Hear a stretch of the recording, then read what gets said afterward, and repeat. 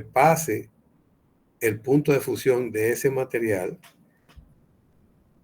va a ser en esta zona. Aquí se va a producir el efecto Joule, y si el efecto Joule hace que esto que está aquí se queme con una temperatura de 50 grados centígrados, cuando alcance la temperatura de 50 grados centígrados por el efecto Joule, ese calentamiento, se va a abrir el sistema. Pero fíjense que no le ponen uno solo, le ponen dos o tres. En este caso nada más tienen dos, este y ese.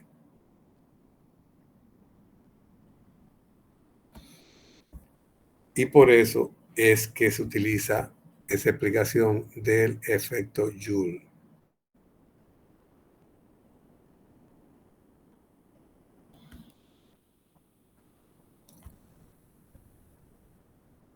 ¿Por qué se va a calentar? Porque se va a generar un calor debido a la resistencia que le ofrece el material, y este fenómeno se llama el efecto Joule o ley de Joule. Y cuando el calor es disipado por el conductor, va a depender de las características geométricas que tiene esa laminita fusible, y como viene en una sección más grande y después una sección pequeña, la sección más grande le va a permitir una cantidad de corriente mayor. Pero si el efecto Joule produce una temperatura a la cual se funde ese material, entonces va a funcionar como un fusible. Entonces, el fusible es una simple lámina intercalada en el circuito. O sea, va a estar en línea con el circuito que se está trabajando, que se abre por el calor generado por basado en el efecto Joule y las condiciones de características geométricas que tenga ese particular o esa particular laminita del metal fusible. Aquí hay una fórmula que habla de que la energía térmica disipada va a ser igual a una constante, en este caso 0.24 para el cobre, corriente eléctrica del conductor en amperes, resistencia del conductor en ohmios, tiempo de circulación de corriente en segundo. Esa combinación va a hacer que nos dé una energía térmica que se disipe en calorías, y si se puede hacer el cálculo para el material, cuánto sería la energía térmica que puede disipar por la sección que tiene, entonces ya ahí usted tendría qué tipo de fusible va a utilizar. Características de los fusibles. Tienen que leerse esto. Estos son de los datos que salen siempre en los exámenes diferentes de ellos. Y se pueden clasificar según su operación. Hay veces que usted tiene fusibles que pueden resistir hasta 200.000 amperes o 10.000 amperes, que es mucho en línea de transmisión, sí. ¿Y para qué sirve? Puede ser un limitador de corriente. El valor RMS es un valor promedio que va a tener. Puede tener limitando los picos de corriente, como le dije. Recambiables y no recambiables. Hay unos que son no recambiables, significa que la laminita no se le puede sacar porque viene sellado. Los que son recambiables tienen un tornillito que le permite a usted quitarle la capucha y sacarle el elemento quemado. Por ejemplo, esto que está aquí no son recambiables. Este que está no es recambiable. Porque la lamita se quema y queda adentro, no se le puede quitar. Este es recambiable. Mira el tornillo aquí, mira el tornillo aquí. Se le quita esto y adentro se le puede cambiar la laminita. Son recambiables porque tiene tornillos. Si tuviera un remache, sería no recambiable. Estos no son recambiables. Estos que están aquí. No tienen una tornillería para esto. Estos no son recambiables. Ninguno de los dos. Aquí vuelven otra vez los que son recambiables. Los que son fijos, fíjense lo que son fijos aquí, que tienen como un remachado ahí apretadito. Le da que se quemó, tiene que cambiarlo. Estos son de mucha seguridad porque necesitan colocarle 2 tornillos y hasta guías para que no se ponga en otra posición.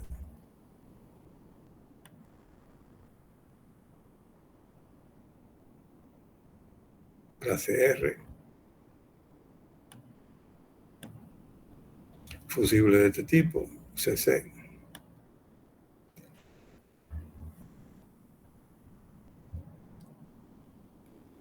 Son de 1/10 de ampere a 30 amperes. Son pequeños, como ellos lo conocen. Y según por su diseño, puede ser de tapón. Este es uno de tapón. No sé si ustedes lo han visto. Antes se usaba mucho esto de tapón. Esta laminita es la que se funde, esa que está ahí.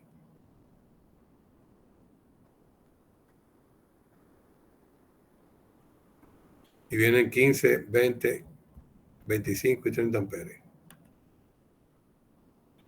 Estos que están aquí, ya antes venía este tapón con su rosca estándar para ser colocada como si fuera un bombillo, pero ya no, ya ahora tiene un adaptador y en ese adaptador es que se coloca el fusible de tapón.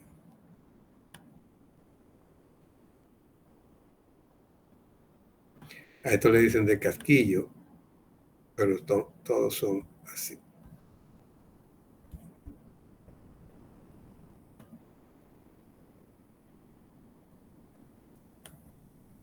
Y esto que está aquí,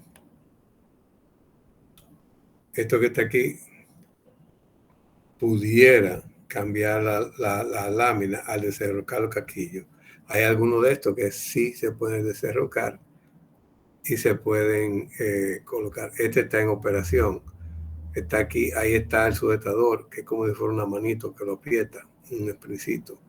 Y esto es lo que soporta a la conexión. De aquí salen, aquí es que se coloca, por aquí viene la alimentación trifásica y por aquí sale la alimentación que va a la planta. Y el fusible está aquí. En este momento eso no tiene energía. Fíjense que tiene el agujero, pero no tiene los cables. Y vuelvo otra vez, que dicen también de navaja, en este caso es recambiable. El ejemplo que han tomado es recambiable. Y ya aquí se está viendo las laminitas que vieron ahorita, cuando estuve explicando el porqué del efecto Joule. ¿Alguna pregunta?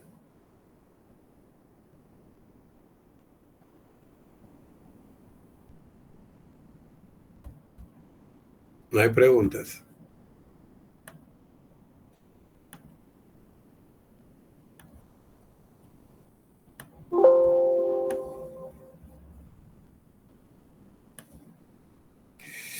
Vimos los conductores.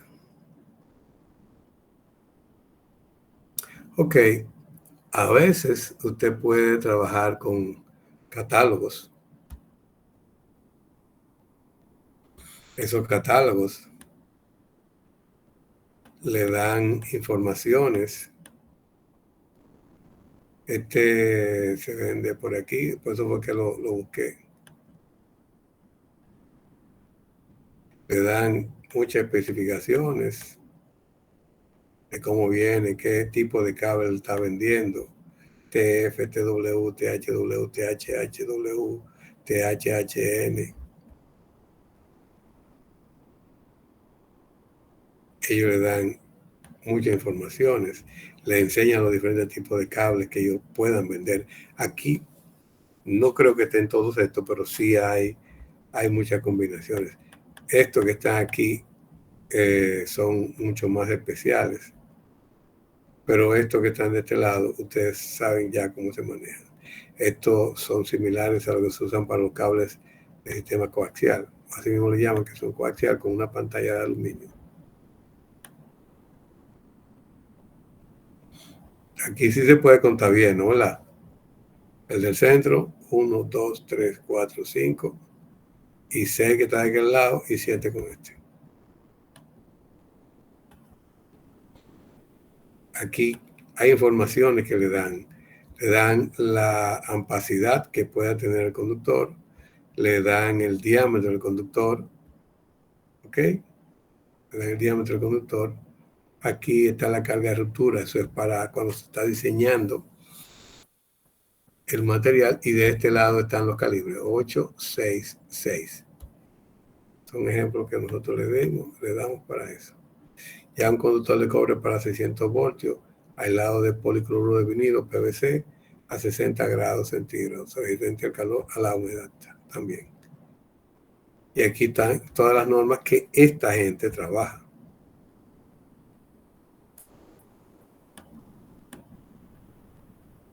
Pero eso es conocimiento general ya.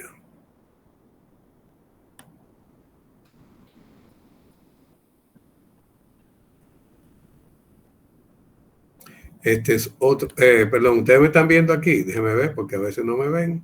No, aún no se ve. Aquí, ahí me están viendo.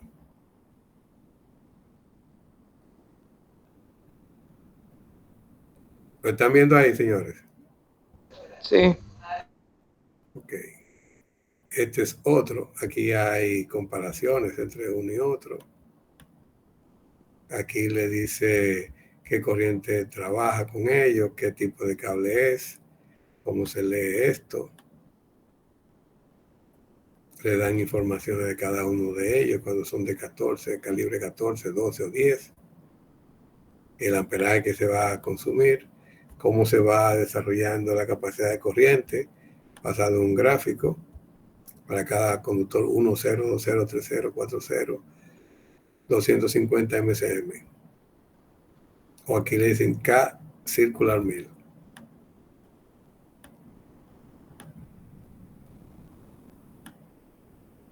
Aquí le vienen el conductor, el PVC,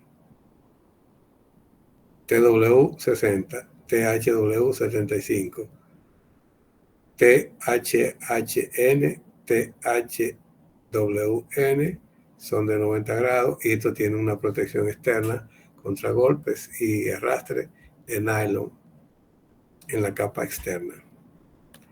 Y aquí le sigue dando número de hilos que tiene el conductor 12, 13, 14. Cuando es el número 1, uno puede tener hasta 19 hilos. Y ya aquí hay otra parte de las condiciones, como son el número 12, que por cierto es el que más nosotros utilizamos, el número 12. TW, THW, cuál es el diámetro nominal esperado para el número 12.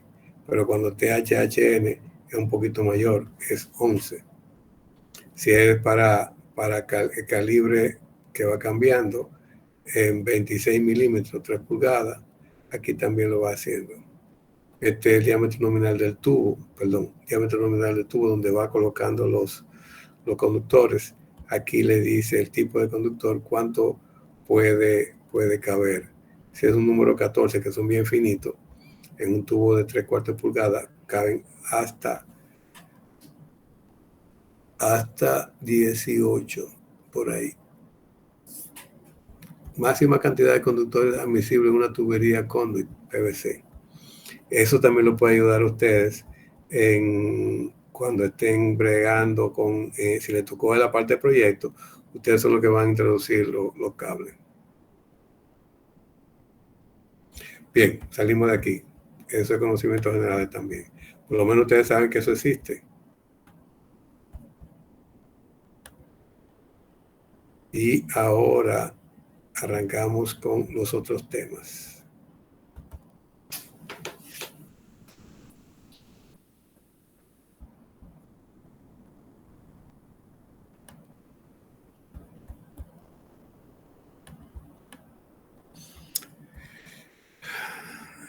Hay veces que uno cambia, pero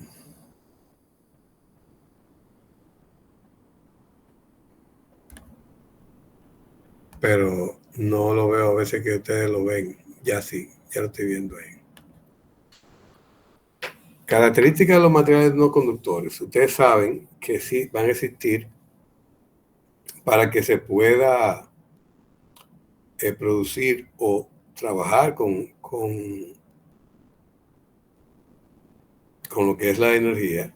Ustedes tienen que tener muchos materiales no conductores. Entonces, una descripción de lo que es un aislante eléctrico es toda sustancia de tan baja conductividad, alta resistividad, que el paso de la corriente a través de ella puede ser despreciado. La corriente que pasa a través de un material aislante se llama corriente de fuga. ¿Qué pasa? Hay veces que ustedes ven que el material plástico como que se quemó y tiene un hoyo o tiene como una raya o algo que indica que la corriente lo atravesó. No siempre es factible identificarlo, pero cuando se puede identificar, usted va a entender lo que es la corriente de fuga. ¿Cuándo ocurre la corriente de fuga? Bueno, cuando hay un flujo indeseado de corriente a través de una superficie de un material que es aislante. Puede ser partículas que estén encima, agua con partículas, polvo, grasa con polvo, y entonces esas partículas que son indeseadas, que están arriba, van a producir un camino por el cual la corriente va a circular. Y entonces eso es lo que se denomina corriente de fuga. En los aisladores se ve mucho eso. Cuando se forma el arco, cuando lo están probando, que se forma el arco a través del aislador, entonces ahí se ve lo que es la corriente de fuga. Cuando se habla de dieléctrico, es un medio que tiene la propiedad de que la energía requerida para restablecer en él un campo eléctrico se recupera como carga o como energía eléctrica.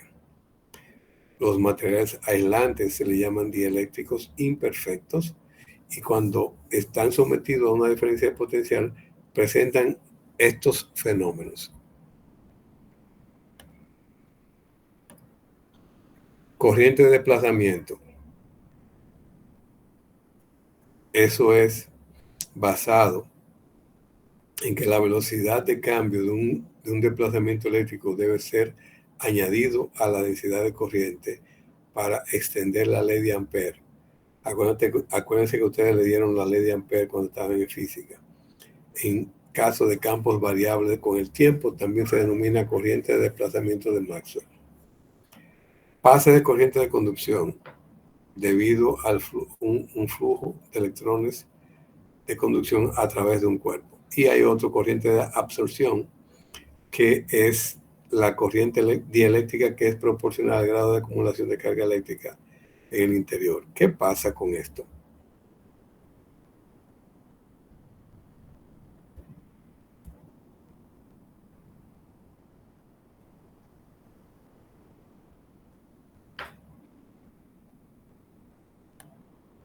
Hay veces que usted quiere entender cómo es que funciona lo que es un dieléctrico. Entonces, aquí hay si ustedes entienden un poquito de electricidad, solamente un poquito, ustedes saben que esto es una resistencia, esto es una resistencia, esto es un capacitor. Entonces, un aislante es como esto. Cuando usted le coloca la fuente de energía aquí, eléctrica, y por aquí se supone que no debe salir nada. ¿Por qué? Porque es una resistencia extremadamente grande y no va a pasar por aquí. Va a impedir que pase. Por eso es un aislante. De este lado, vamos a tener también otra resistencia extremadamente alta, pero hay un capacitor. Y usted sabe que los capacitores solamente conducen cuando se cortocircuitan. Si se cortocircuita esto, acuérdense que esto es un circuito equivalente, significa que va a pasar una cantidad de corriente por aquí hasta el otro lado, y a eso es lo que se le llama corriente de fuga. Esto es todo un símil. No es que los aislantes son así, es el comportamiento. Pero de las cosas que ustedes sí pueden trabajar cuando estén haciendo validaciones es seleccionar los materiales aislantes para que tengan propiedades eléctricas o propiedades químicas. Entonces, si va a estar requiriendo un trabajo o servicio de tracción o compresión o resistencia al esfuerzo cortante, usted tiene que buscar esos materiales aislantes que respondan bien a las propiedades mecánicas que estamos definiendo. A la fatiga. ¿Qué es fatiga? Cuando usted le da deformaciones de un lado y de otro hasta que se rompe. Se calienta primero y luego se rompe. Cuando vimos lo que era la deformación en frío de un material, se veía lo que era parte de la fatiga cuando lo hacíamos repetidas veces. Resistencia al choque, fragilidad, ductilidad. Todas esas que están ahí son propiedades mecánicas. Aquí hay propiedades químicas, estabilidad de la composición, como esté hecho, ¿no? La que no se deshaga, resistencia a los ácidos y a los álcalis, los dos extremos, resistencia a los aceites, las gomas son susceptibles a eso, resistencia al ozono, resistencia a la corrosión, que tenga un punto de inflamación alto y un punto de combustibilidad también alto, que resista mucha temperatura. Propiedades térmicas, ahí la tenemos, calor específico, coeficientes de dilatación, lo que, bueno, no sé si ustedes tienen conmigo fundamentos de mecánica de materiales, existe un coeficiente de dilatación por cada material y es el que va a hacer que ese material se alargue en una dirección. Temperaturas de ablandamiento, eso es para la parte de las protecciones. Temperatura de fusión tiene que ser alta, temperatura de ebullición es cuando se forman las bolitas arriba del material. Ahí sí se manifiesta inmediatamente la cubierta protectora. Propiedades eléctricas que sean resistencia buena de aislamiento superficial o de aislamiento volumétrico, rigidez dieléctrica, absorción dieléctrica, permitancia constante o factor de potencia dieléctrica. Entonces, la resistencia de aislamiento superficial es cuando un material aislante se somete a una diferencia de potencial. Hay dos caminos posibles para la corriente de fuga, uno a través del cuerpo del material y otro a través de la superficie. ¿Cómo se prueba esto? Bueno, usted se pone un conductor, se le pasa una corriente se le aplica una diferencia potencial, va a circular una corriente de acuerdo a la sección del conductor y luego se le atomiza mucha agua hasta que se puede ver que por la parte del agua hay como si fuera un rayo, una descarga, mejor dicho, una descarga, y entonces se ve que se perdió la resistencia de aislamiento superficial de ese material. La resistencia de aislamiento volumétrica se expresa en megomios por centímetro y va a depender de la resistividad volumétrica del material. La resistencia de aislamiento superficial va a depender de la calidad de la superficie del material, que está asociada a la habilidad de conducción de la película delgada de humedad, que eso es cuando se atomiza el agua arriba, aumentando el contenido de humedad en esa prueba. Y ahí se puede ver cuando se rompe ese aislamiento. Uno de los mejores conductores, aislante que hay, es el ámbar. La resistividad volumétrica del ámbar es 5/10⁻10, bastante bueno. La rigidez dieléctrica va a depender del material, de las dimensiones, cuál sea la forma que tiene, la forma del electrodo, la velocidad del voltaje de aplicación del voltaje de prueba, qué tan rápido se le da. De eso va a depender la rigidez dieléctrica. Aquí hay también lo que se llama la permitancia, que es la energía electrostática, como si fuera un capacitor que se va acumulando por unidad de volumen y unidad de gradiente de potencial. Y llega un momento en que se puede romper. Cuando se rompe, ese último valor es que se toma como referencia de la constante dieléctrica para el ámbar 2.9, para el caucho 3.5 y la porcelana 5.7. Las pérdidas dieléctricas pueden ser por la corriente de absorción dieléctrica o la corriente de fuga. Y de ahí saltamos ya.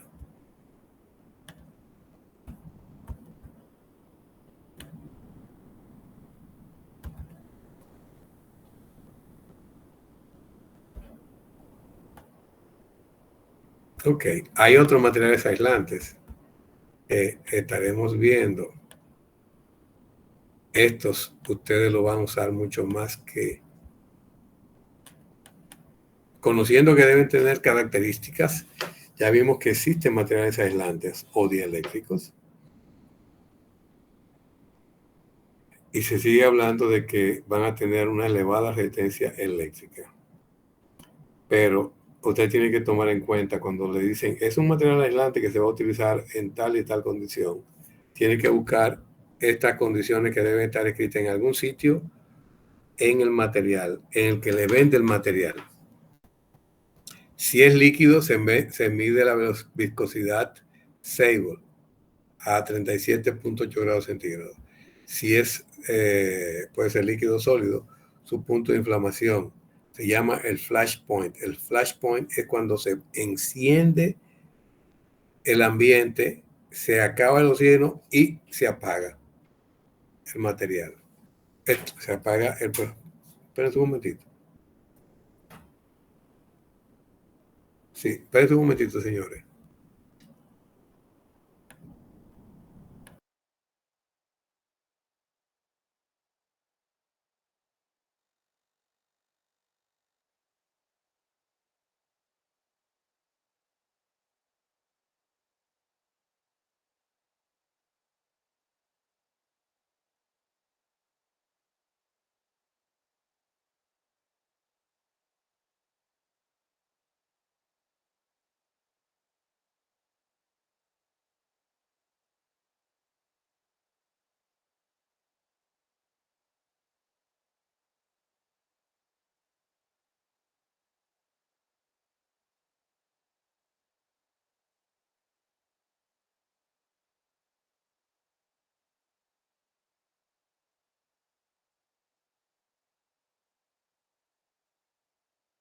Señores, estamos aquí en el flashpoint ya. Es el mismo tema. Quítalo de ahí. Entonces, ¿qué queremos? Que el punto de inflamación sea alto para que no se nos, por cualquier razón, no se nos prenda. Las chicas cuando están cocinando y van a hacer como, ¿cómo le llaman ustedes? Hacer una fritura, van a freír algo en un aceite y lo ponen en una bandeja y calientan ese aceite sin nada dentro. Llega un momento en que hace el flashpoint, se prende y se apaga. Es el flashpoint. Pero si mantiene mucho la temperatura, entonces lo que hace es que se convierte en un combustible. Entonces se prende y se queda encendido todo el tiempo. ¿Entendieron el concepto, señores?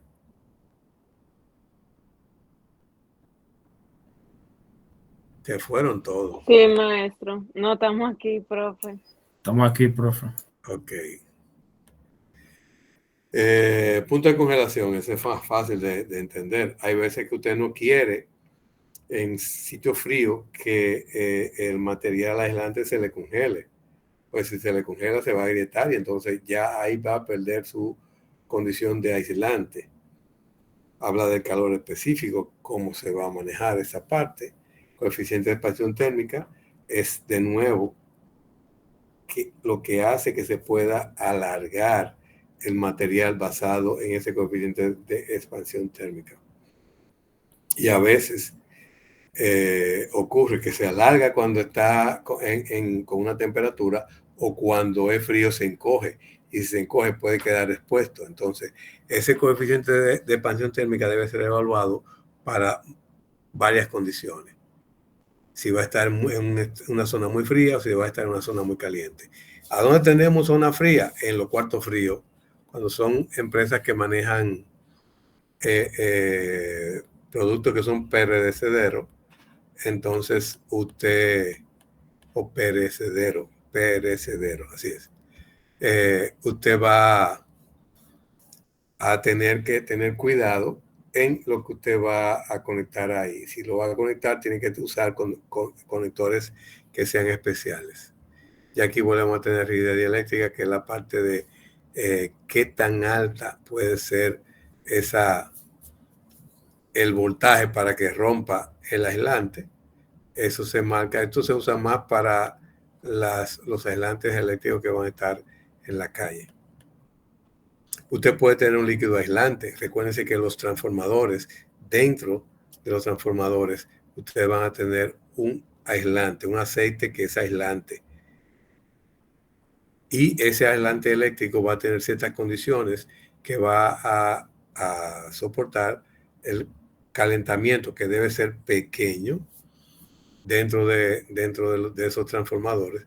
Y además, al ser un aceite, él va a cambiar de densidad, y cuando cambia de densidad comienza como un movimiento del aceite, y eso va haciendo que se enfríe un poco o mantenga la temperatura baja.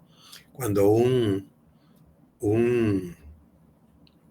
transformador se enciende, el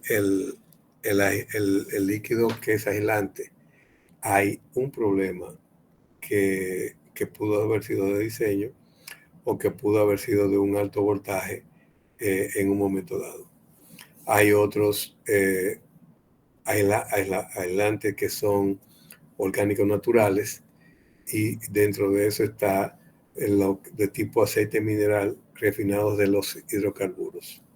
Hay otros que pueden ser sintéticos, como el fluorocarbono y el silicio. Aquí hay algo que muchos de ustedes conocen con mucha facilidad. Son compuestos que son como pinturas, como no, son pinturas que son también aislantes. Una de ellas es la resina, que es una sustancia viscosa que producen los árboles y los insectos, o se puede también obtener por alguna forma artificial en alguna empresa. El barniz, que es cuando esa resina se mezcla con un líquido que es volátil como el alcohol, se aplica sobre una superficie, el alcohol se evapora y ya queda la resina cubriendo toda la superficie. Y los esmaltes son compuestos de resinas vítreas que tienen pigmentos de colores y fibras aislantes. También son muy buenas como compuestos aislantes para proteger diferentes tipos de equipos. Cuando usted está viendo los motores por la parte interna, se va a ver que el alambre de embobinado, lo que está adentro, tiene un color muy característico como rojizo. Ese es el alambre el aislamiento que se utiliza, y son resistentes a los químicos y a la humedad, y eso significa que tiene una resina epóxica. Y a veces le colocan poliamina y le aumenta el rango de temperatura. Las cintas se usan en los transformadores y en los equipos de soldar que tienen bobinas. Entonces se cubre con este tipo de tiras aislantes. Siempre se trata de mantener lo mejor posible.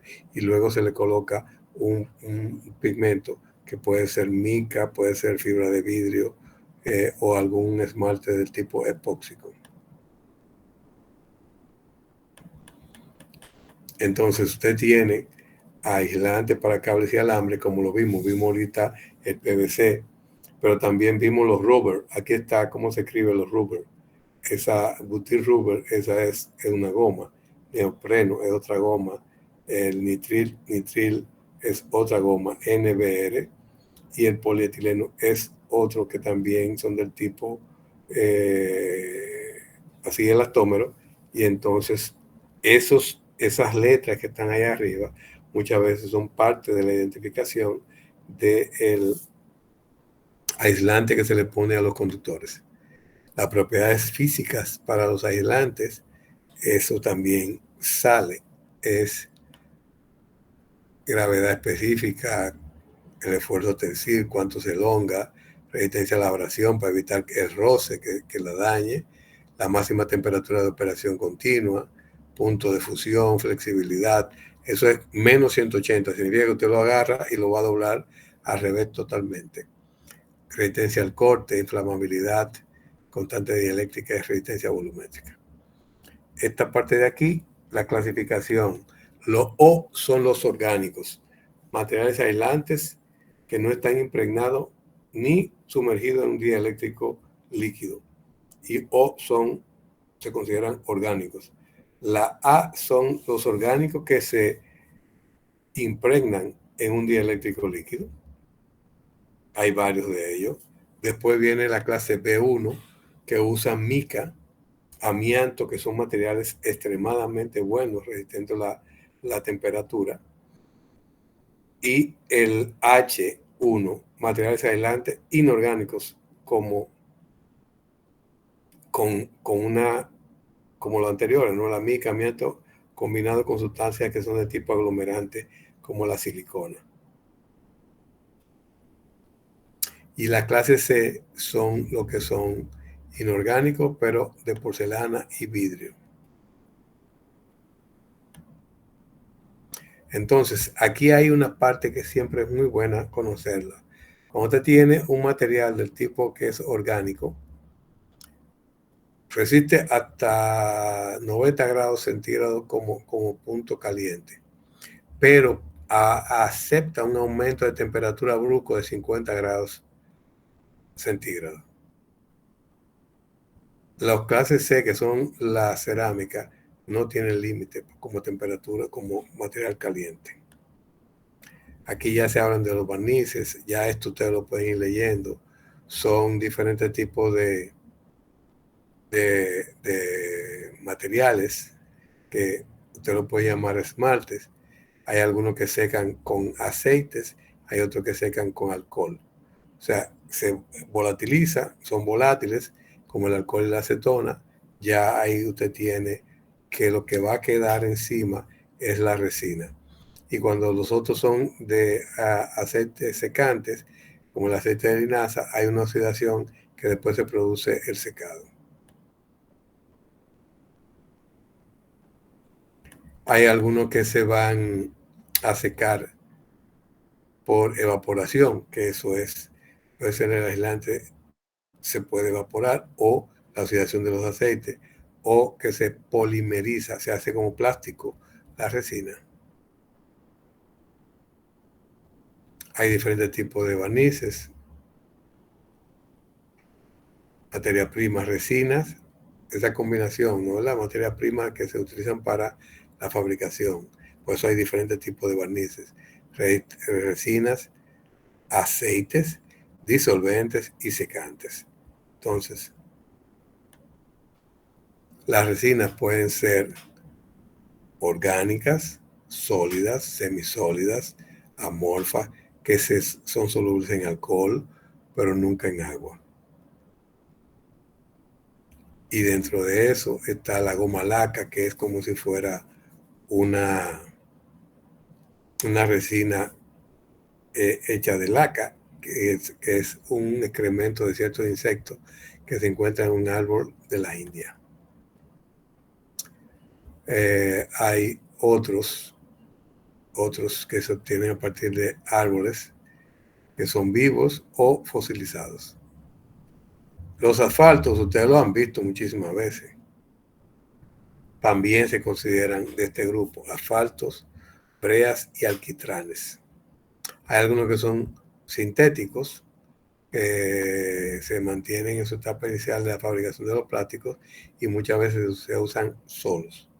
Y los aceites pueden ser de varios tipos, que son secantes, semisecantes y no secantes.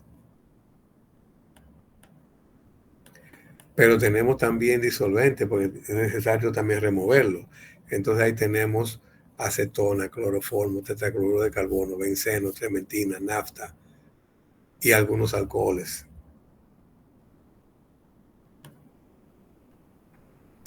Después la parte de los adhesivos, barnices adhesivos, propiedades que hay que considerar para ellos. Ahí volvemos otra vez: densidad, viscosidad, punto de inflamación, tiempo de secado y la rigidez dieléctrica tanto en líquido como en sólido. Algunos son de impregnación y otros son de inmersión. Va a depender de qué tan rápido usted va a trabajar con ellos o quiere que ellos trabajen con usted. Hay algunas telas que son higroscópicas. Son aislantes, pero son higroscópicas. Significa que absorben agua y eso es perjudicial. Entonces hay que evitar este tipo. Son buenas para ciertas condiciones, pero no para cualquier condición. Dice, la conductividad eléctrica va a quedar determinada por la cantidad de agua absorbida. Entonces, en algunos diseños usted no puede colocar este tipo de telas aislantes. Fíjese que las telas que son no tratadas tienen un uso muy limitado en la electricidad, y las telas tratadas con barniz, estas son mejores. Entonces fíjese cómo aquí esto, para perforar una tela barnizada una tela barnizada de algodón, usted tiene que aplicarle 48 kilovoltios por cada milímetro de espesor que tenga. A esta que conceda 51 kilovoltios por cada milímetro de espesor que tenga ese aislante. La madera es uno de los mejores que te puede tener, pero también se usa como materia prima para hacer el papel. Recuérdense que el papel se va a fabricar con una pulpa de madera, trapos y fibras vegetales. Y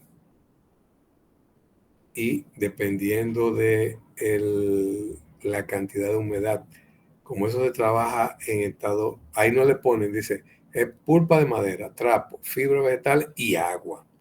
Ese fue el que faltó. Entonces, cuando le ponen el agua, es para que se encuentre como esa suspensión. Luego se va sacando, se pone encima de un paño. A ese paño se le pone otro paño encima, que es la base del próximo vaciado, y al final después se exprime todo hasta que el papel comienza a secarse.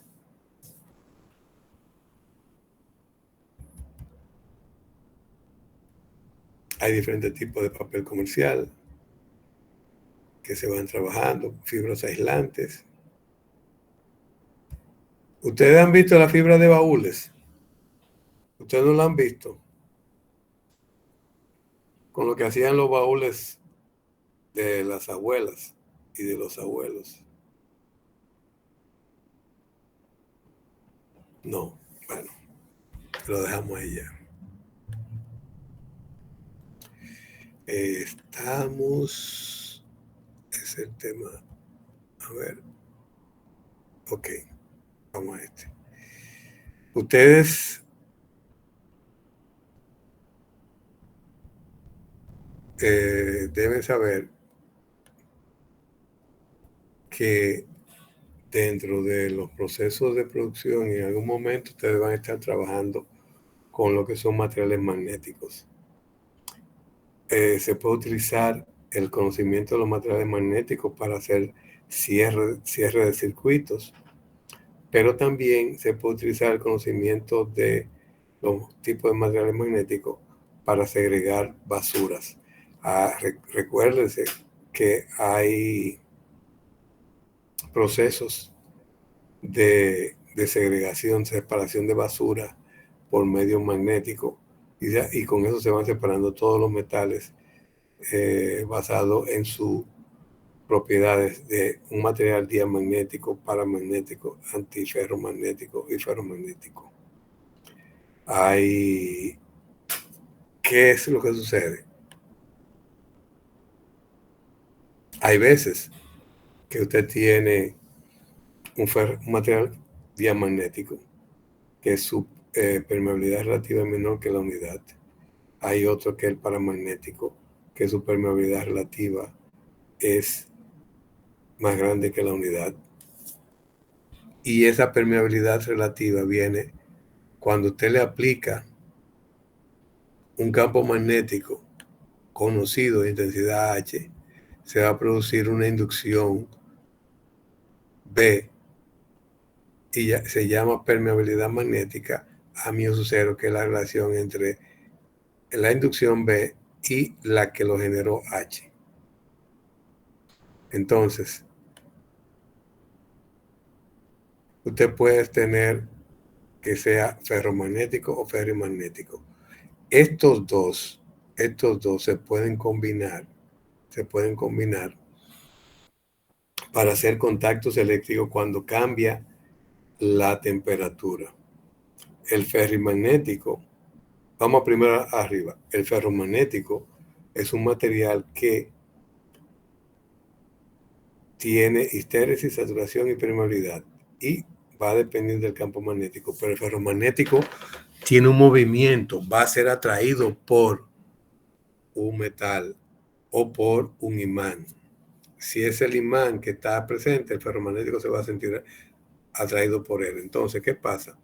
Cuando usted tiene un ferrimagnético y usted quiere saber que en algún sitio se está elevando la temperatura,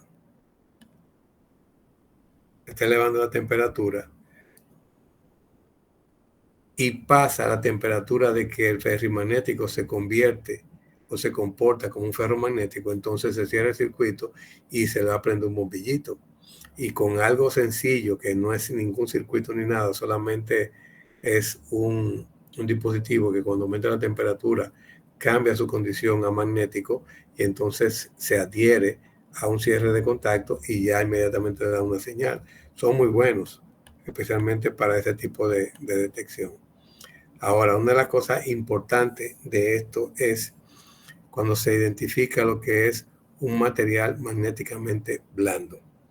Son aquellos que se magnetizan con facilidad, como esos destornilladores carabelitas que ustedes a veces han comprado y lo pegan de el imán que tiene una bocina. Y hay otros que son magnéticamente duros que necesita un tiempo relativamente largo para ser magnetizado, pero asimismo, para que pierdan el magnetismo, tardan mucho tiempo. Entonces, hay lo que llaman elementos puros, los cuales son ferromagnéticos. Dentro de ellos está el hierro, el níquel y el cobalto y algunas tierras raras. Hay una combinación que se llama alnico, que es aluminio, níquel y cobalto, que fue uno de los mejores imanes hasta que apareció el neodimio.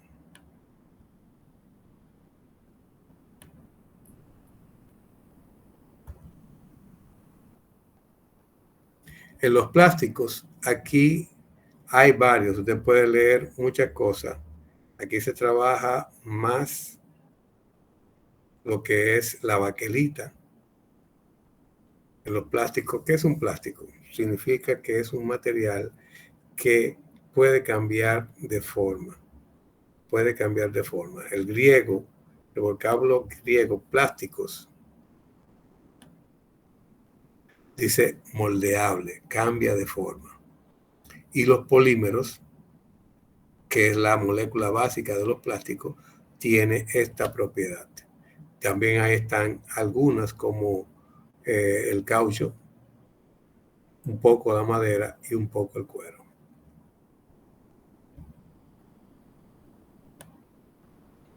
De esto, siempre recomendamos que se lean qué era la baquelita, quién produjo la baquelita. Aquí está el señor Leo Henry Baekeland, fue el hombre que basado en moléculas de fenol y un formaldehído pudo hacer solidificar un material que resultaba bastante duro, y eso es la baquelita. Con lo que hacían los teléfonos era con la baquelita. Ya eso ha ido desapareciendo, este tipo de teléfono.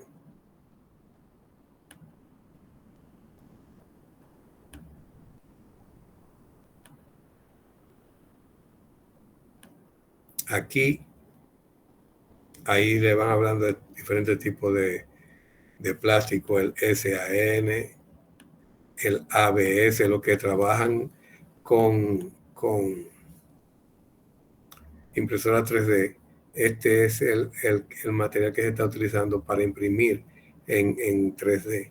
Ese plástico tiene una propiedad que tiene una baja temperatura de ablandamiento, con lo cual usted puede inyectarlo a través de una boquilla para hacer la impresión 3D. Tiene baja resistencia ambiental, baja resistencia a los agentes químicos, y con la acetona se puede limpiar bastante bien. De hecho, se le da brillo. Usted hace una pieza en impresión 3D con material ABS y le va a quedar como las líneas de decir, cuando se está depositando, pero usted le pone abajo un ambiente de acetona y levanta la pieza un poquito y después tapa esa zona con un pote o algo que sea transparente, un vidrio. Usted va a ver cómo va cambiando una vez las condiciones de la superficie, se pone brilloso y tiene un momento en que se destaca bastante bien todo lo que usted había hecho en la impresión 3D. Seguimos de aquí. Los números que ustedes ven con la parte de reciclado. Ahí hay mucho material para ustedes leer, bueno, de base. Pero eso ustedes lo ven en una asignatura. En ese detalle se lo ven en una asignatura que ustedes tienen allá en industrial. Esto es de las cosas que ustedes tienen que trabajar. Reciclaje, reuso de plástico. ¿Cómo se hace esto? Hay una forma en que se distinguieron 6 grandes grupos de plástico. El PET como el 0, el 1,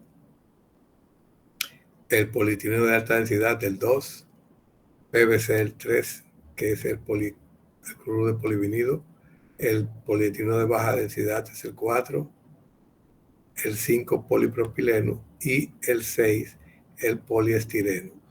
En un momento existían conocidos y que se trabajaba muchísimo estos 6, luego se identificaron los demás como 7, pero ya no. Ya hay más de estas definiciones de números para los plásticos. En la primera parte de arriba, ustedes van a ver unos videos que están ahí, un enlace de video, y hay una muchacha africana que hace ladrillos con mezclando estos 6 tipos de plástico. Ella hace una proporción, ella lo tiene, y luego hace ladrillos con ellos. Muy, muy bonito el proceso. Creo que ganó un premio también. Ahí dice que ganó un premio. Es para segregar. Esos números son para segregar los plásticos con más facilidad y entonces poder hacer algún tipo de trabajo. Pero ya hay unos químicos que permiten mezclar más de un plástico. El 12.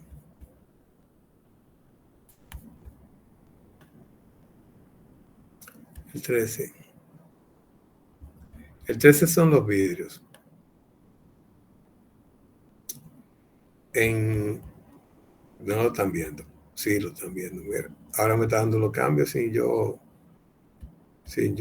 moverme mucho. El vidrio, señores. El vidrio es dióxido de silicio. Dióxido de silicio. Es un sólido cristalino. Cuando es vidrio, cuando es cristal, perdón, esta es la definición de cristal, usted va a tener que los átomos de oxígeno están en una posición fija y equidistante, igual los átomos de silicio, una forma cristalina, y se va a llamar cristal de silicio. Ahora, cuando es vidrio, solamente vidrio, usted va a tener que todo está aleatorio. No hay distancia fija, no tiene nada que sea ordenado, es una distribución al azar. Es como si se enfriara rápidamente y cuando pierde la movilidad, donde se quede, ahí está. Eso es lo que se llama vidrio. Al otro que está arriba se le llama cristal. Por el ordenamiento atómico que tienen.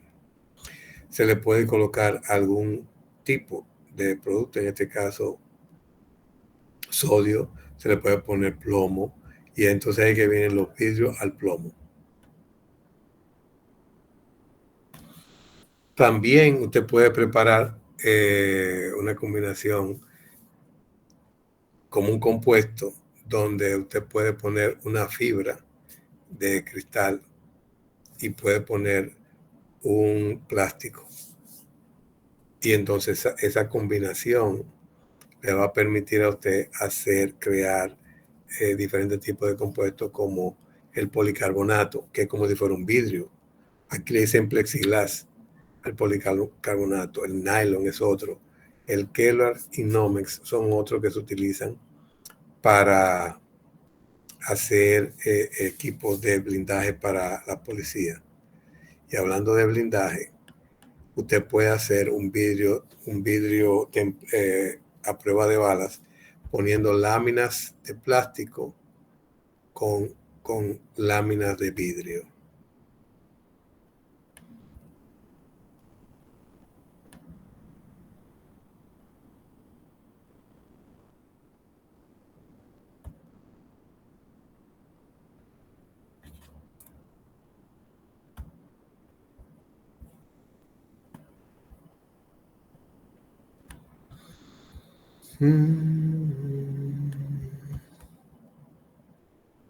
Pero ustedes me están siguiendo tan encendido ahí que yo no puedo moverme mucho.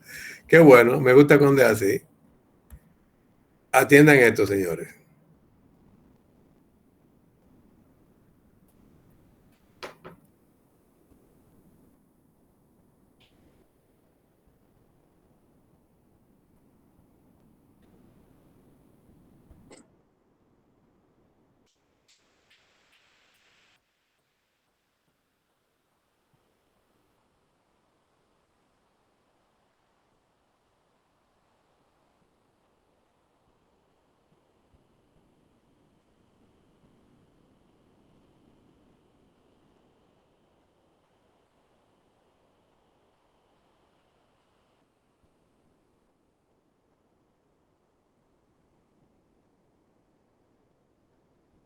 No penetró, está liso del lado adentro. Eso es un vidrio blindado.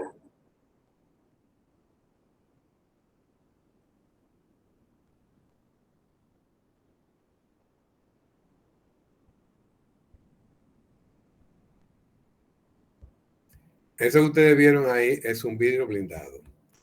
Ese vidrio blindado, la técnica o una de las técnicas. ¿No estaba proyectando?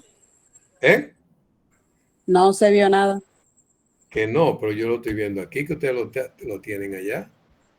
Nada más se está viendo, maestro, donde dice la letra de los polímeros y eso. Espérese. Va a tener que repetirlo eso.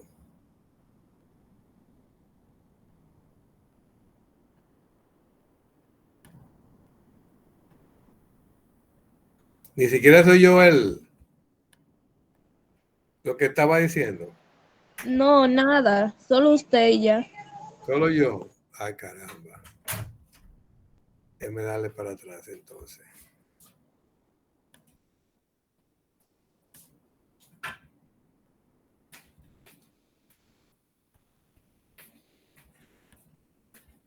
Y ahora.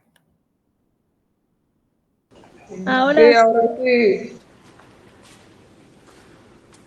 My name is Trent Kimball, President and CEO of Texas Armory Corporation. Today, I will redefine what it means to stand behind. Se fue ahí. Sí, profe. Ustedes la están viendo ahí. Sí, sí se ve. Ok. My product. My name is Lawrence Costa. This is my AK-47, and today I get to shoot my boss. Don't try this at home.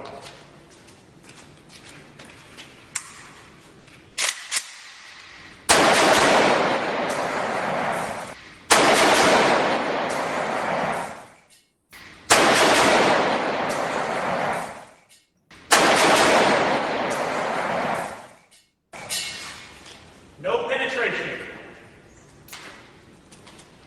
Cuando él dice eso, es que Life is valuable. Protect it.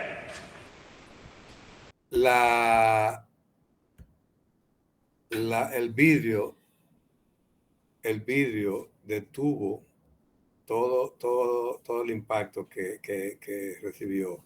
Eso es que tiene láminas de vidrio con láminas de plástico bien preparados en una proporción tal que lo convierte en un vidrio blindado.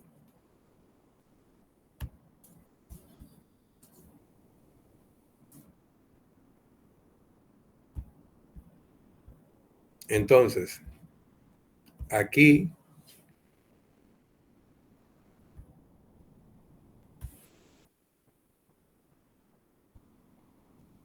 no, esa no es. Esta es.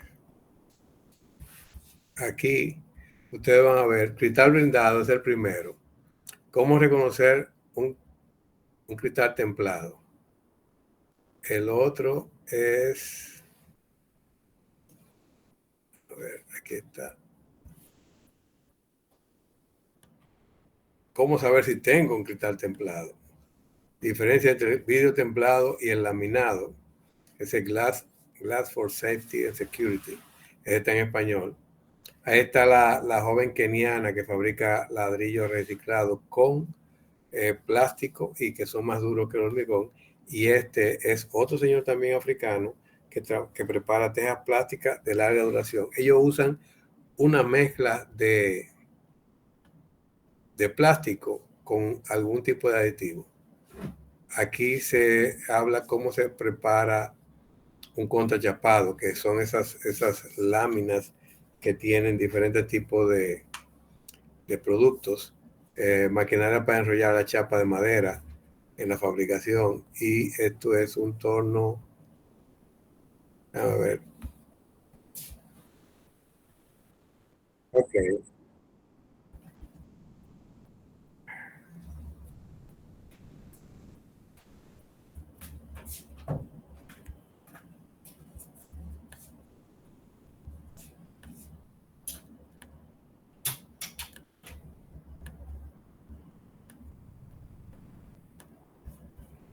aquí ustedes van a ver cómo se preparan las láminas, cómo se van sacando las láminas. La lámina de madera.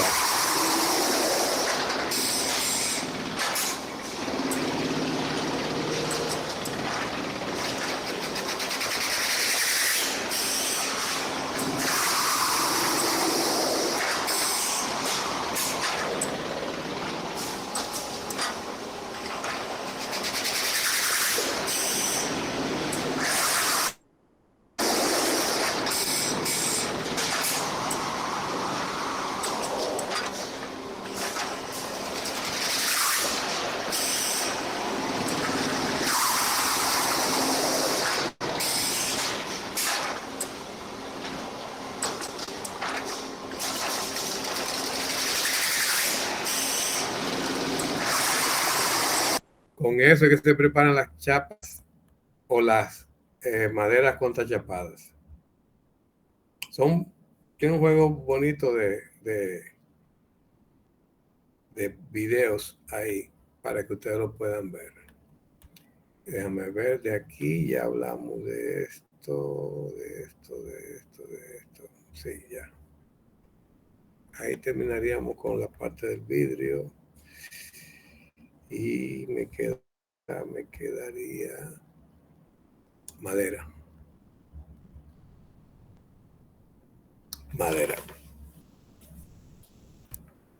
Para la madera tenemos lo siguiente.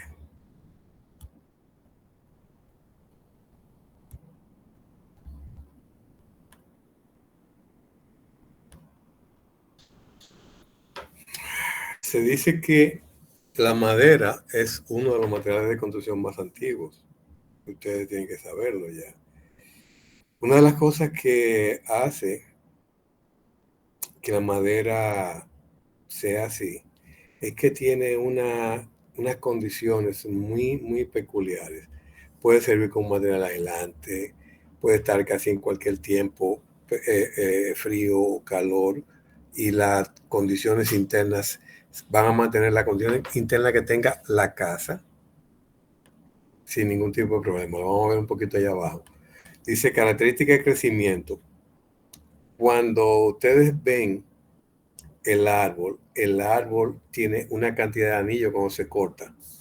Y entonces el anillo que está más al centro es el más viejo, eso es el inicial. Y los nuevos anillos van creciendo al exterior. Deben ser, si son todos del mismo ancho, los anillos, está diciendo que tuvo un crecimiento bastante bueno. Pero si es muy estrecho uno de los anillos, en ese año, pues debe crecer un anillo por año, no se alimentó bien el árbol. Entonces va a venir de diferentes partes, de diferentes formas, va a ser afectado. Si tiene buena humedad y nutrientes, va a tener un anillo grueso. Pero si no tiene buena humedad y nutrientes, va a tener un anillo fino. Entonces,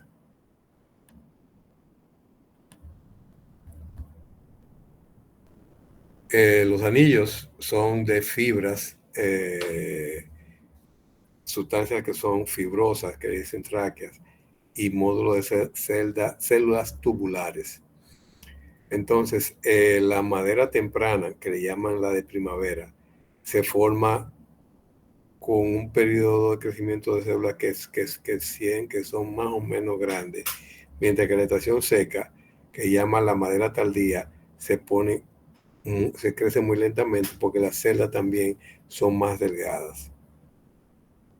Entonces, cuando el anillo es más angosto o más fino, más denso y más oscuro, lo que le va a dar una resistencia buena al árbol.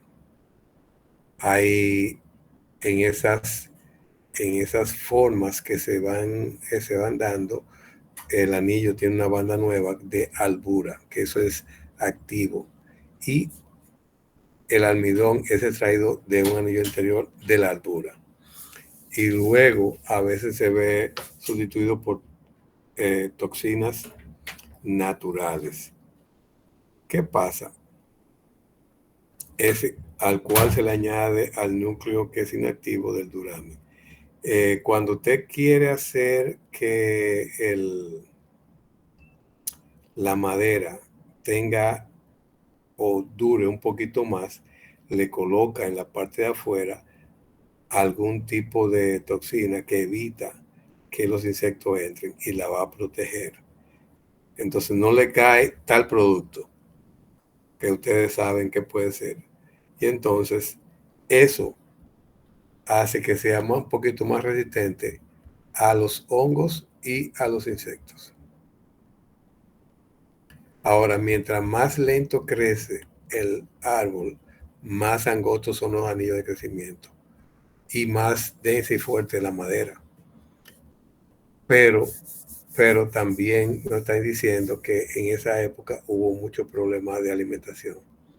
Se pueden clasificar maderas duras o blandas. Hay unas que se conocen aquí muy bien. ¿Hay alguien me puede decir la que es madera dura aquí en el país?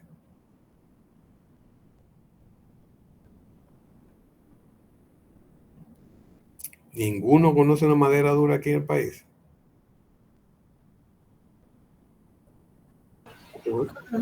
Caoba. No, hay una más dura que la caoba. Alpino. Roble. No. Bueno, el roble sí ya comienza a ponerse un poquito fuerte. Pero acuérdense que hay una que dice el palo de tal cosa. Guayacán. Esa es una de las maderas duras que nosotros tenemos aquí. Y hay algunas que se importan desde Brasil, como Andiroba, se importa desde Brasil. Las que son suaves,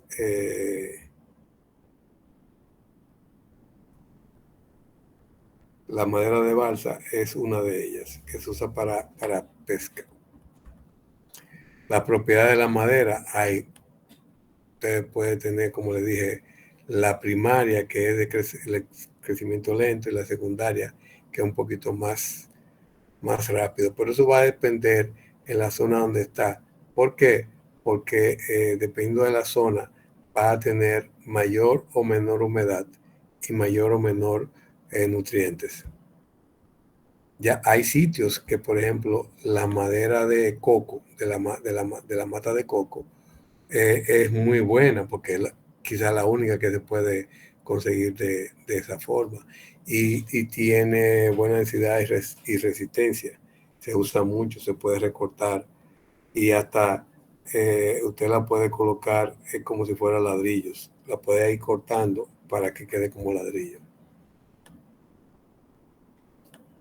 Pueden absorber, esas sí pueden absorber agua, mucha humedad.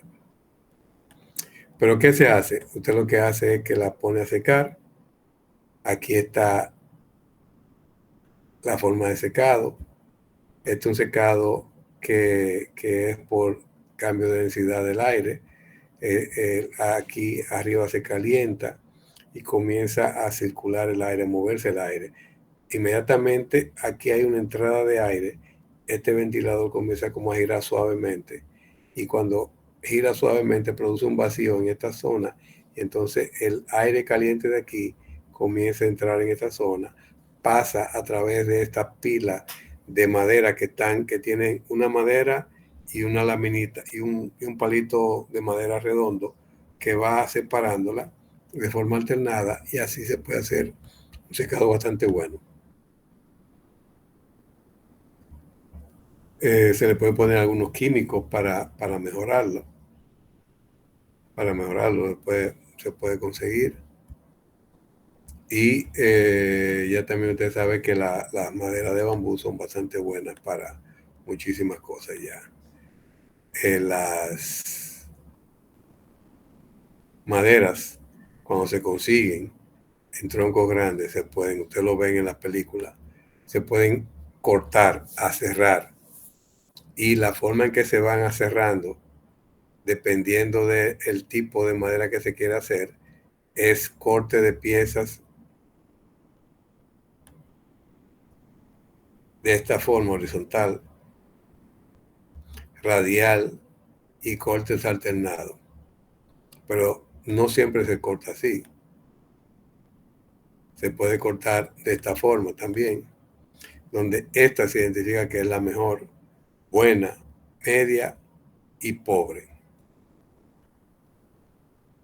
La calidad buena se corta así. Esta calidad media y esta dicen que es de baja a mediana. Pero en Estados Unidos se utiliza mucho como columnas. Se usa mucho como columnas.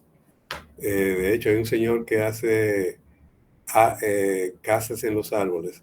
La utiliza muchísimo porque dice que como tiene los anillos concéntricos, hace que toda la fibra se funcionan como si fuera una columna bien fuerte.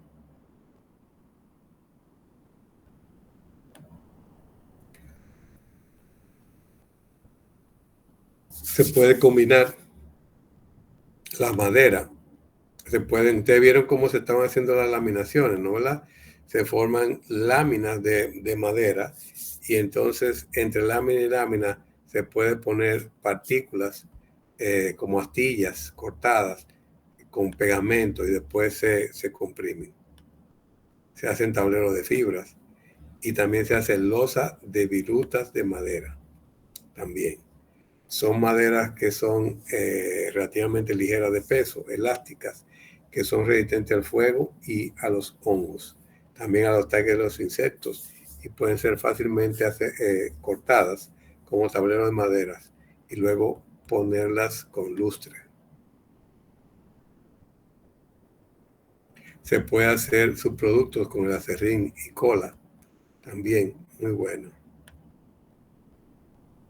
Y las aplicaciones, prácticamente en cualquier sitio, estructura, pisos, paneles, enchapados, marcos de ventana, eso se lo saben ustedes ya de memoria, construcciones de techo, encofrado. ¿Y cuál es una de las ventajas que tiene? Que puede ser para construcciones en cualquier tipo de clima. Es renovable. Y la mayoría tiene muy buena resistencia cuando usted compara el peso a resistencia.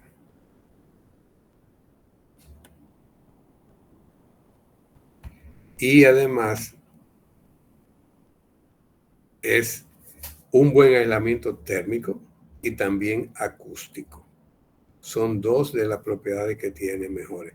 Y cuando es mucho más grueso, también puede resistir al fuego. Dice que es mejor que el acero, pero va a depender del tipo de combinación que sea. La superficie quemada va a funcionar como si fuera una protección para la madera que no está quemada adentro. Bien, con esto terminamos lo que son las maderas. Y estamos el cemento. En el cemento, señores, ese es un material que se obtiene a partir de... No se está proyectando, me lo imaginé. Se quedaron muy tranquilos todos.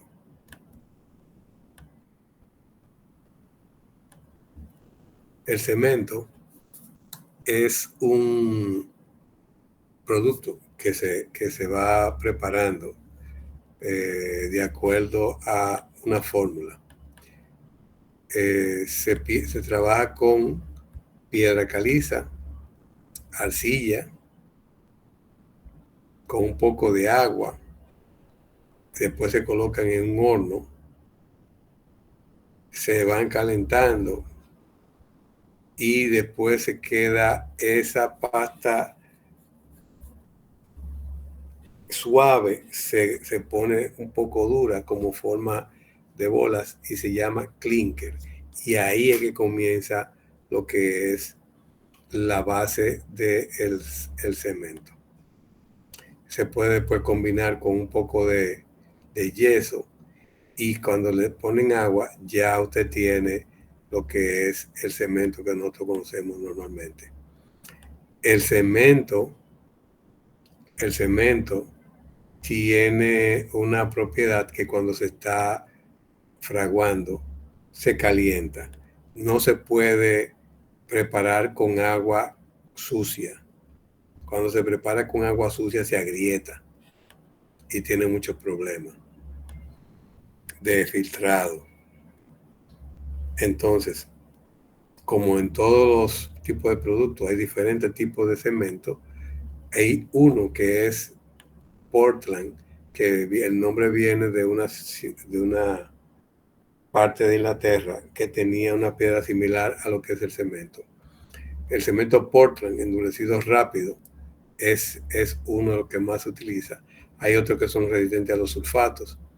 Hay uno que tiene productos puzolánicos, que son como cenizas de materiales orgánicos. Aquí se usa mucho el cemento Portland con materiales puzolánicos aquí en el país.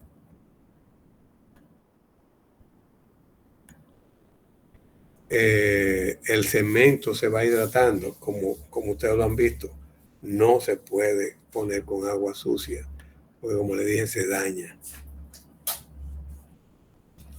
Y el fraguado, aunque se puede endurecer más o menos, o el fraguado, como se le llama, en unos 45 minutos, pero lo que es el endurecimiento completo va a durar varias semanas y se puede decir que se obtiene la mejor resistencia después de 28 días. Esa es la parte mejor.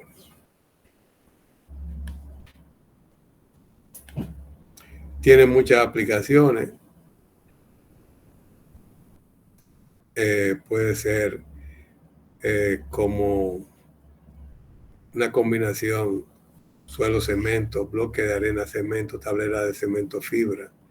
También se puede preparar como lo hacemos aquí con arena y grava y con algún elemento de refuerzo como son los aceros. Arena y malla metálica solamente también se puede preparar.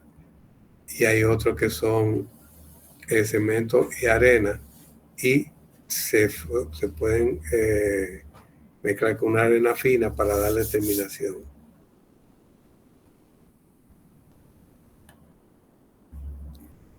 Se puede considerar que son buenos resistentes al fuego. Y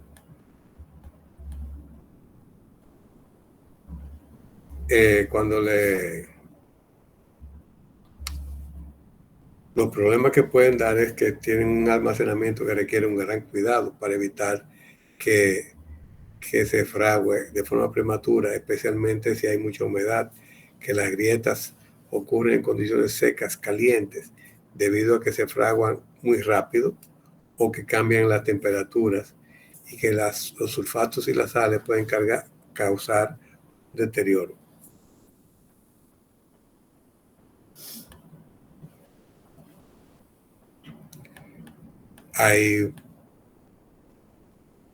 Cuando se habla de concreto, son los materiales que se mezclan, como hablamos, cemento, grava, arena y agua. Ese es el concreto. Cemento, agua, arena, grava.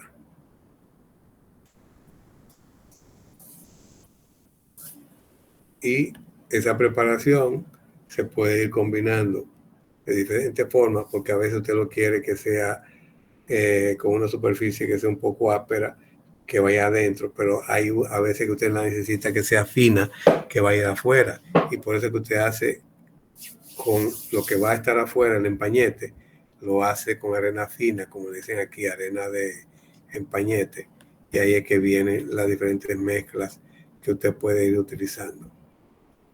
Entonces, aquí es lo que decía, el agua debe ser lo más limpia posible. Eso es importantísimo aquí. Y la arena y el cemento debe estar bien seco. Ya después de eso, ustedes lo pueden leer sin ningún tipo de problema. Ya le di las diferentes zonas que ustedes pueden leer.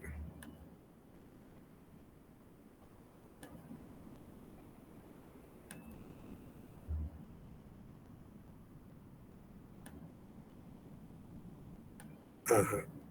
Aquí están las proporciones.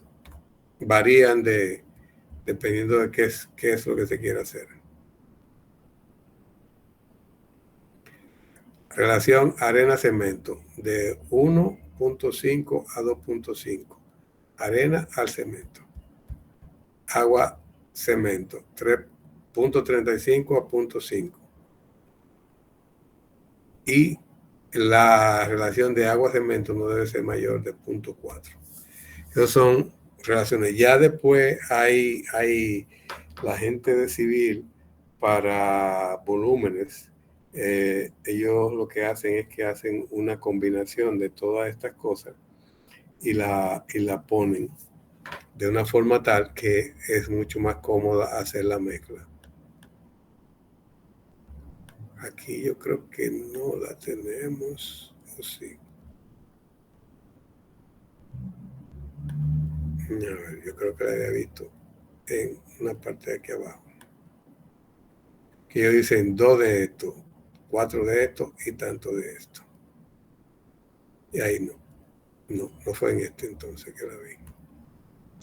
Bien, ahí terminamos con el cemento y continuamos ya con la parte final, que es, a ver, si es el cemento, con lo que es los metales no ferrosos.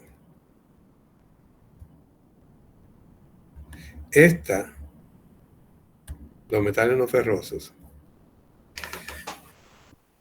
es una de las partes más importantes porque tenemos toda una gama de esto. Este tipo de trabajo, señores, los saqué de ese enlace que ustedes ven ahí. Aquí trato de explicarles lo que son los metales no ferrosos, pero si alguien puede leer lo que dice la nota amarilla,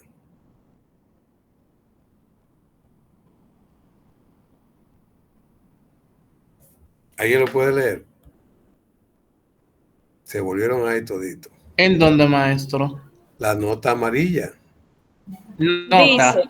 Esta presentación fue tomada del internet. Muestra una muy buena información sobre los metales no ferrosos. Las marcas en amarillo destacan los materiales que no cumplen con el tema tratado, pero sí con las propiedades aquí desplegadas. Exacto. Entonces, si yo le hablo de materiales dúctiles, la madera es un material dúctil, ¿cierto?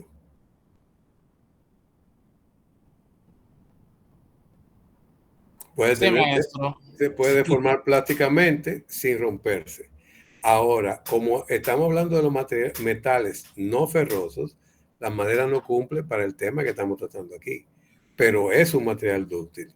Entonces, es una información de 2 vías. Al mismo tiempo que ustedes van a saber qué metales son no ferrosos, que son pesados, ligeros, ultraligeros, conductores, no conductores. Bueno, si todos son conductores.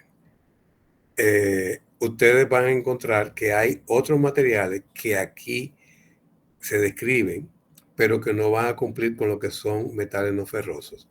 Y ustedes se van a ir dando cuenta a medida que vayamos pasando. Entonces, sí, metales que son no ferrosos, que son dúctiles, sin plomo y aluminio. Eso cumplen con el tema que estamos trabajando. Entonces, los materiales dúctiles no significa que no pueden romperse. Sí, se pueden romper, pero después de haber sufrido una gran deformación. Tampoco significa que sean blandos. No significa que sean blandos. ¿Ok? Entonces, una forma de identificar lo que son los materiales dúctiles se puede hacer cuando se calcula el porcentaje que disminuyó.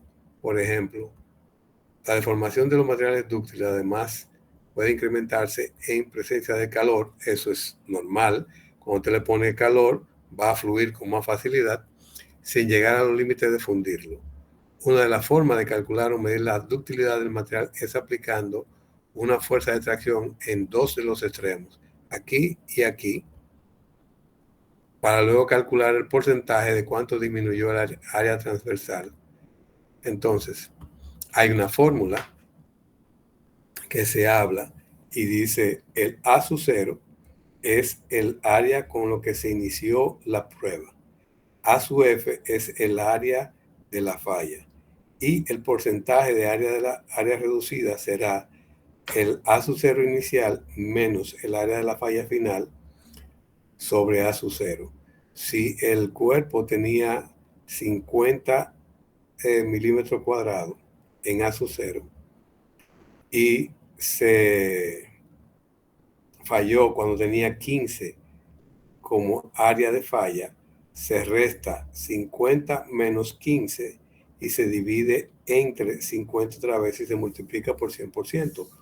¿Alguien me puede hacer ese cálculo para que me diga cuánto es eso?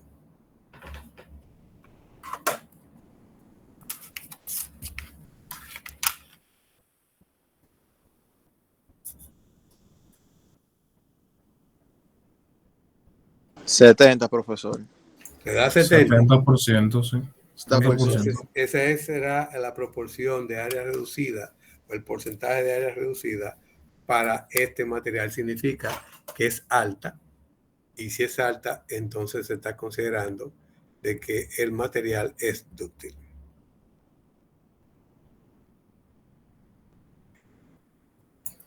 Maestro, Sí, señor. Escúchame para informarle que el compañero Ismael no tiene energía eléctrica, por eso Ya. desconectó. Ya. Los últimos materiales dúctiles son más usuales, ya que los átomos están configurados de tal forma que pueden deslizarse unos sobre otros. Hay materiales dúctiles que son muy valorados en la industria metalúrgica y que pueden ser utilizados de muchas formas. Entonces, una característica de los materiales dúctiles es lo que hablamos, la relación que hay entre el alargamiento y la aplicación de la fuerza que hay y la reducción del área transversal.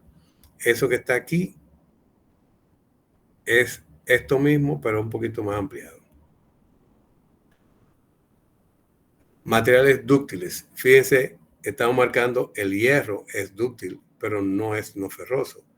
La madera no es no ferroso y el acero no es no ferroso. Para que ustedes sepan esto. Ahora sí tenemos zinc es dúctil, plomo es dúctil, latón, que es una aleación de cobre y zinc, es dúctil. La masilla no corresponde para lo que están explicando. Otro que es dúctil es el cobre, el platino, el aluminio es dúctil. Y ahí ustedes tienen los materiales dúctiles. Cuando hablamos de los materiales maleables, son aquellos que, aun siendo duros, pueden deformarse mediante la descompresión sin sufrir fracturas. Y dentro de ellos tenemos el aluminio, el cobre, el bronce, pero el hierro, aunque es maleable, no cumple con lo que decimos aquí. Y por eso está marcado. Los materiales dúctiles vienen del término malleus, que significa martillo.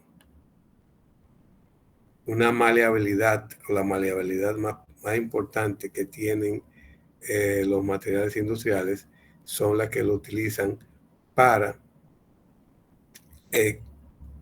producir casi cualquier forma sin romperse.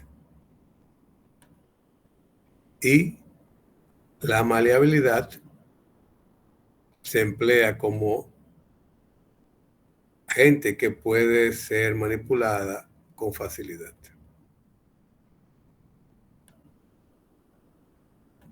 Ejemplos de materiales maleables: el oro, la plata y el platino, el aluminio, cobre, latón, aleación de cobre con zinc, bronce, aleación de cobre con estaño. Y el níquel le indica aquí que es un material no ferroso, el níquel, para que no cometan el error y digan por ahí, cuando le pongan que digan si estos materiales son ferrosos, el níquel es un material no ferroso. Ahora, ¿tiene una propiedad ferromagnética? Sí.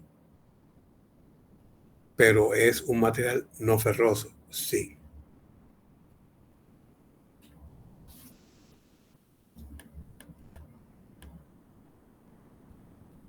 El plomo, el estaño El titanio, también está el indio, el cadmio, son materiales que son maleables.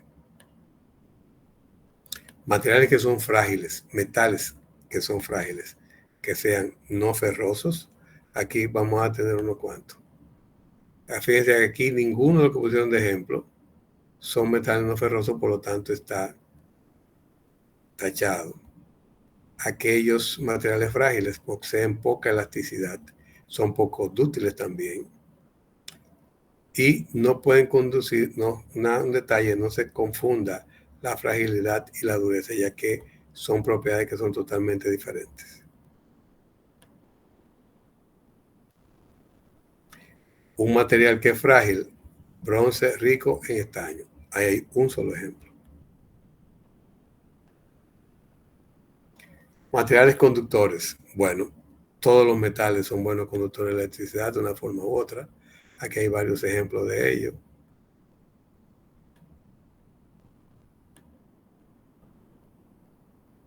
Entonces, hay algunos conductores que pueden ser líquidos, eso sabemos así.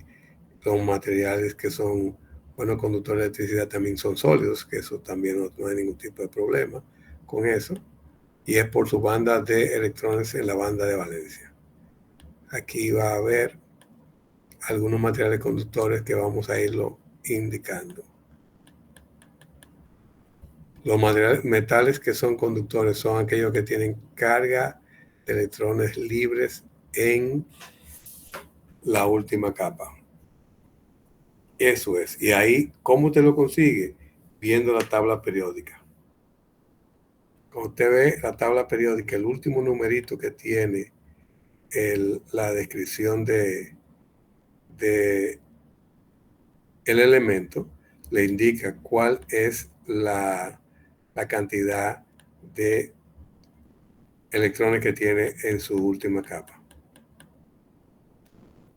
Los ejemplos de materiales no conductores que son materiales conductores que son no ferrosos, perdón, la plata y el cobre, donde la plata se considera el elemento por ser el mejor conductor de electricidad, siempre y cuando sea comparado en IACS. Es un estándar que se llama International Annealing Cooper IACS Standard, así es, International Annealing Cooper Standard, que es una norma internacional del cobre recocido. Aquí la plata y el cobre son los mejores conductores de electricidad. Luego está aluminio, galio, níquel, wolframio, zinc, tantalio, cobre, bronce, oro, latón. Hay metales galvanizados que no son tan buenos, pero no, el metal galvanizado puede que tenga hierro, por eso está marcado. El aire ionizado no es un metal, el hierro colado no es un metal, el grafito no es un metal, el hierro no es un no ferroso, y el acero es también. Pero está marcado en amarillo. Luego de eso, superconductores. Los superconductores son aquellos materiales que tienen la capacidad de conducir corriente sin ninguna resistencia ni pérdida eléctrica cuando baja la temperatura por debajo del cero absoluto. En este caso está el mercurio, litio, titanio, cadmio. Cuando se habla de por debajo de su temperatura crítica, hablamos del metal. Por ejemplo, el mercurio, la temperatura crítica es de 4 grados Kelvin, significa menos 269 grados centígrados. Esa es la temperatura crítica para el mercurio. ¿Qué pasa? Que cuando el mercurio está a esa temperatura y usted le pone un imán arriba, lo rechaza y el imán se queda flotando. A eso es que se llama superconductividad. La superconductividad se da a tan baja temperatura que aunque el conductor pueda funcionar como superconductor, también es necesario que no exceda la corriente en el campo magnético crítico. ¿Qué pasa? ¿Qué pasa? Aquí, a esa temperatura, usted puede colocar un metal a menos 250 grados centígrados si le echa nitrógeno líquido. Aquí hay un video. Aquí hay un video. Ahí, hay un video que se llama el tren de levitación magnética, superconductividad y el efecto Meissner. Aquí está explicado. Cuando le colocan a nitrógeno líquido a un metal y de luego le ponen encima un imán, el imán se queda flotando en la superficie arriba, pero a una distancia significativamente alta.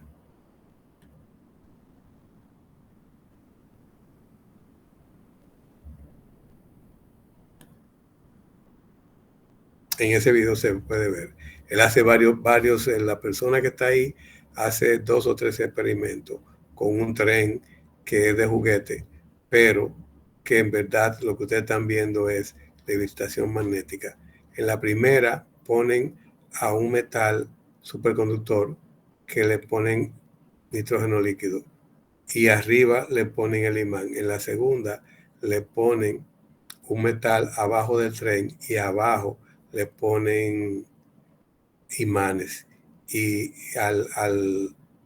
le ponen al material que es superconductor la baja temperatura del nitrógeno líquido y se queda flotando el tren. Es un tren de cartón, pero es para que ustedes vean el efecto de lo que es la superconductividad.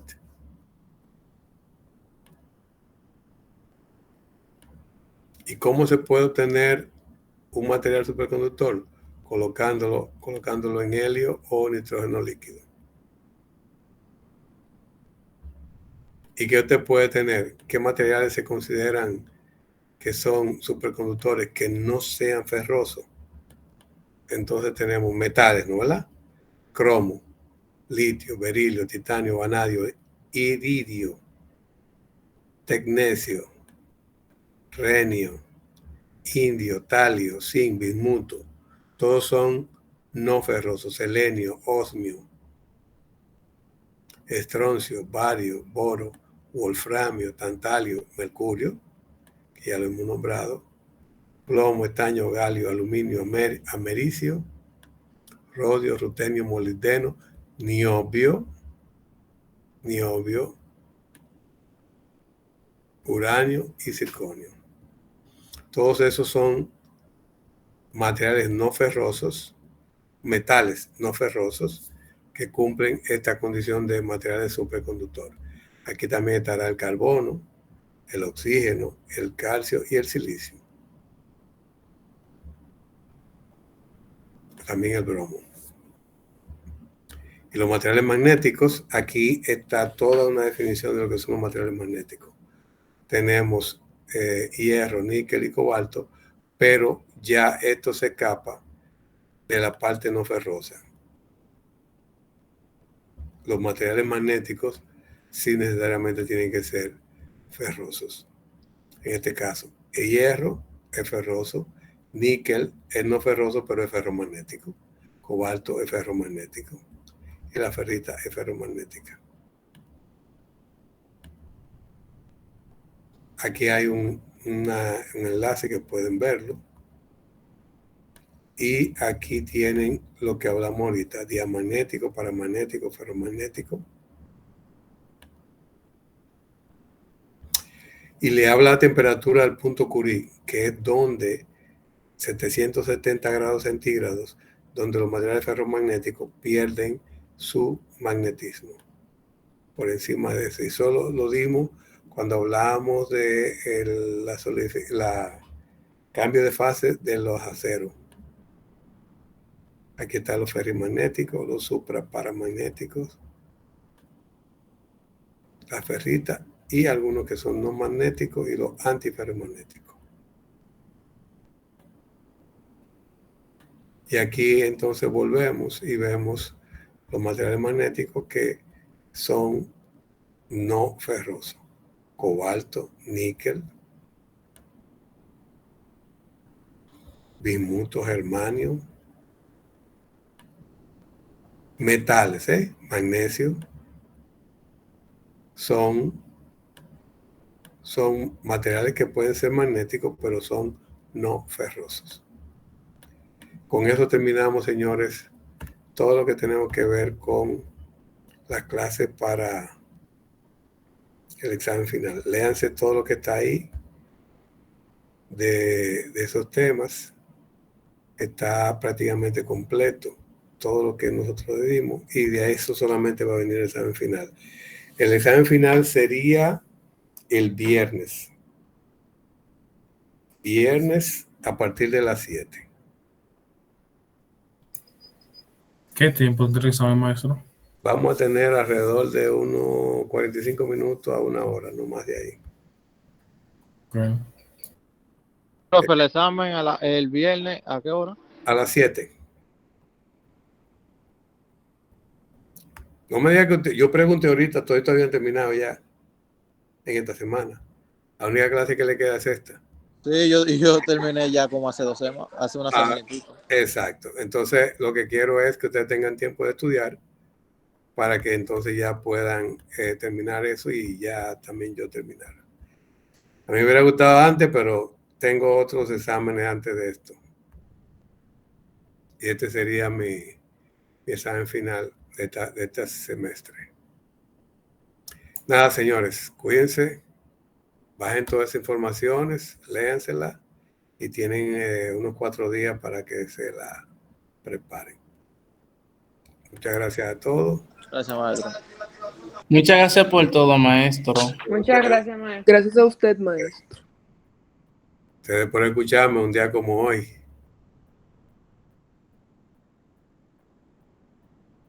Examen, dejen ponerlo esto, examen la semana viernes. Sección 01. Examen viernes 7:00 p.m. Al final. Señores, nos vemos. Fíjense todo, por favor.